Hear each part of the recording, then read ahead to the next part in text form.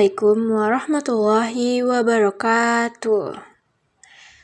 Halo semuanya, perkenalkan kami dari kelompok 2 yang kali ini akan membahas mengenai hasil kajian tentang lembaga pemasaran pada komoditas bayam. Kenapa kami memilih bayam? Karena bayam adalah salah satu sayuran daun yang sangat populer di masyarakat. Bayam ini punya nilai ekonomi yang cukup tinggi, mudah dibudidayakan, panennya cepat, bahkan hanya sekitar 20-30 hari setelah tanam. Dan permintaan pasar selalu ada setiap hari. Nah, meskipun bayam terlihat sederhana, ternyata proses pemasarannya melibatkan beberapa lembaga yang punya peran penting. Kalau lembaga pemasaran ini tidak berjalan dengan baik, bisa saja bayam tidak sampai ke konsumen dalam kondisi segar. Jadi, kami ingin mengkaji siapa saja lembaga yang terlibat, bagaimana klasifikasinya, serta apa fungsi dan peran mereka dalam pemasaran bayam. Berikutnya yaitu struktur lembaga pemasaran bayam. Yang pertama ada petani. Posisi paling hulu dalam rantai pemasaran yang berperan sebagai produsen atau penghasil bayam. Yang kedua ada pedagang pengumpul. Berfungsi menampung hasil dari banyak petani dan berperan sebagai penampung hasil dari banyak pertanian.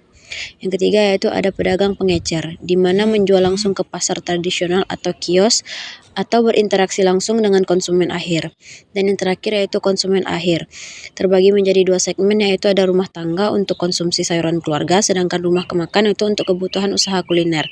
Nah, alur usaha pemasaran yang ditunjukkan yaitu jalur utamanya yaitu petani, pengumpul, pengecer, dan konsumen. Sedangkan jalur alternatifnya itu ada kemungkinan petani langsung ke pengecer. Selanjutnya ada klarifikasi bayam. Sebelumnya perkenalkan, nama saya Abdul Salam. Di sini saya akan menjelaskan mengenai klarifikasi bayam dan fungsi pemasaran. Yang pertama, klarifikasi bayam terdiri dari produsen ataupun petani sebagai contohnya. Yang kedua yaitu ada perantara, yaitu contohnya itu pedagang pengumpul dan pedagang pengecer. Yang ketiga yaitu ada konsumen atau pembeli terakhir. Nah, selanjutnya terdapat fungsi pemasaran, yang mana terdiri dari pertukaran, fisik, dan fasilitas. Yang pertama ada pertukaran, yaitu adanya proses penjualan dan pembelian, yang mana tentunya terdapat pertukaran yang terjadi antara penjual dan pembeli. Yang kedua ada fisik, yaitu terdiri dari pengangkutan, penyimpanan, dan penyortiran contohnya. Dan yang ketiga ada fasilitas, yaitu pembiayaan, informasi harga, dan pengurangan risiko di dalam fungsi pemasaran tersebut. Baiklah, kita masuk ke materi selanjutnya, yang dimana materi ini saya akan membahas lembaga-lembaga pemasaran. Namun sebelum itu, perkenalkan, nama saya Silver Jaya, dan pada PPT kami memiliki 4 lembaga pemasaran. Yang pertama ialah mempercepat distribusi produk segar. Artinya memastikan sayuran, khususnya bayam, dapat sampai ke konsumen dalam kondisi segar dan waktu pengiriman yang sangat singkat. Yang kedua itu ada memperluas jangkauan pasar.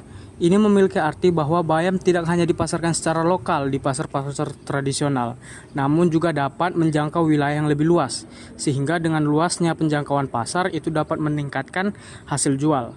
Yang ketiga itu ada menjaga nilai jual bayam, di mana arti dari ini adalah mempertahankan kualitas dan kesegaran bayam tersebut agar harga jual tetap stabil dan menguntungkan bagi petani. Yang keempat itu ada menghubungkan petani dan konsumen. Hal ini bermakna menciptakan saluran distribusi yang lebih langsung, sehingga petani dapat keuntungan yang lebih adil dan konsumen memperoleh produk segar dengan harga yang sesuai. Nah, dari pembahasan tadi dapat disimpulkan bahwa lembaga pemasaran bayam melibatkan petani, pedagang pengumpul, pedagang pengecer, dan konsumen akhir. Masing-masing punya peran saling melengkapi agar bayam sampai ke masyarakat dalam kondisi segar dengan harga terjangkau. Meskipun salurannya relatif pendek dan efisien, tantangan seperti harga rendah di tingkat petani masih perlu diperhatikan. Demikian, terima kasih atas penyampaian materi dari kelompok. Saya Putri Nurisrianti selaku moderator pamit undur diri. Sampai jumpa di kesempatan berikutnya. Wassalamualaikum warahmatullahi wabarakatuh.